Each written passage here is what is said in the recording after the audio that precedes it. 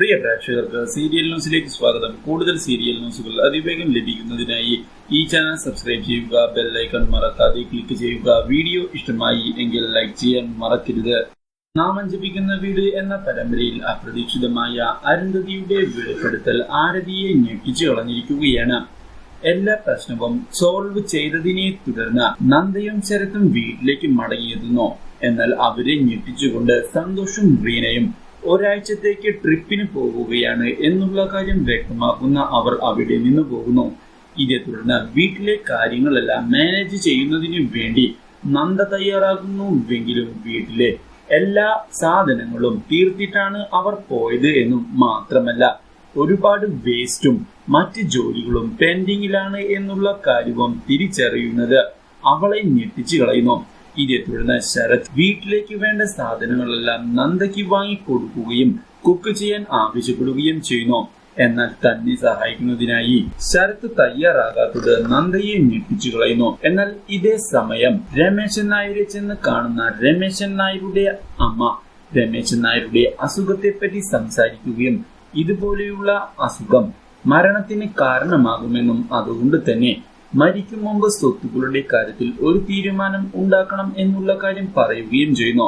സ്വത്തുക്കളെല്ലാം രമേശൻ നായർ മരിച്ചു കഴിഞ്ഞാൽ അരുന്ധതിക്കാണ് ലഭിക്കാൻ പോകുന്നത് എന്നും എന്നാൽ ഈ സ്വത്തുക്കളെല്ലാം അവൾക്ക് ലഭിക്കുന്നതോടെ സ്വത്തുക്കൾ നന്ദയ്ക്ക് നൽകാതെ മറിച്ച് അത് ആരതിക്ക് നൽകാനാണ് അവൾ ശ്രമിക്കുക എന്നും അതുകൊണ്ട് തന്നെ ഇപ്പോൾ തന്നെ ബുദ്ധിപൂർവം കാര്യങ്ങൾ നീക്കാം എന്നുള്ള കാര്യം അറിയിക്കുകയും ചെയ്യുന്നു.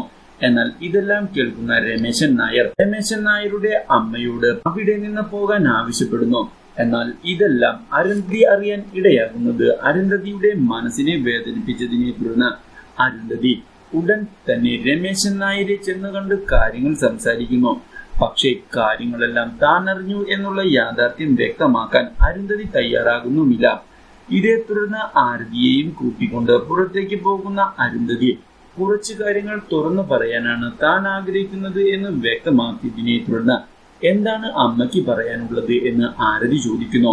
ഇതേ തുടർന്ന് ആരതിയോട് വീട്ടിലുള്ളവർ ഇപ്പോഴും ആരതിയെ സ്വന്തമായി കാണാൻ തയ്യാറായിട്ടില്ല എന്നും നിന്നെ ഇപ്പോഴും പുറത്തു നിന്നുള്ള ആളായിട്ടാണ് കരുതുന്നത് എന്നും വ്യക്തമാക്കുന്ന അരുന്ധതി അതുകൊണ്ട് തന്നെ ഇനി എന്ത് തീരുമാനമാണ് എടുക്കുന്നത് എങ്കിലും രണ്ടിൽ കൂടുതൽ വട്ടം ആലോചിക്കണം എന്നുള്ള കാര്യം ഓർമ്മിപ്പിക്കുകയും വെറുതെ ആവശ്യമില്ലാത്ത ഭാരമൊന്നും തലയിൽ കയറ്റി വെക്കരുത് എന്നുള്ള കാര്യം ഓർമ്മിപ്പിക്കുകയും ചെയ്യുന്നു.